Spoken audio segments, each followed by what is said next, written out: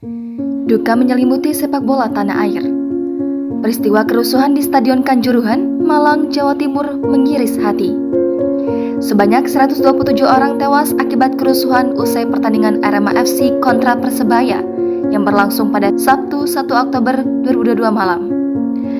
Kapolres Malang, AKBP Ferli Hidayat mengatakan awalnya pertandingan berjalan baik hingga 90 menit wasit meniup peluit tanda pertandingan berakhir. Namun, kata dia, situasi berubah saat ada beberapa penonton dari arah tribun merangsek masuk ke dalam lapangan dengan cara melompati pagar pembatas stadion. Mereka lalu mengerubuni para pemain Arema FC dan petugas kepolisian berusaha melakukan penghalauan. Jumlah penonton yang masuk ke lapangan kemudian semakin banyak dan mencapai ribuan. Tidak hanya itu, lanjut Kapolres, suasana semakin tidak kondusif. Ribuan penonton yang berada di tribun kemudian berusaha merangsek keluar stadion berebutan di beberapa pintu keluar. Kapolres menjelaskan dari keterangan panitia pelaksana pertandingan saat pertandingan Arema FC kontra Persebaya Surabaya, di Stadion Kanjuruhan ada 42.000 penonton yang hadir.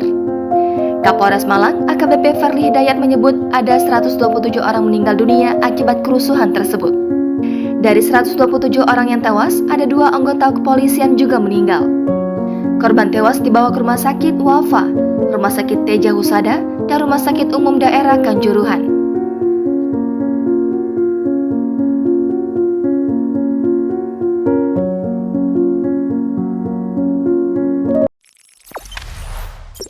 Jangan lupa subscribe, share, komen, dan like ya!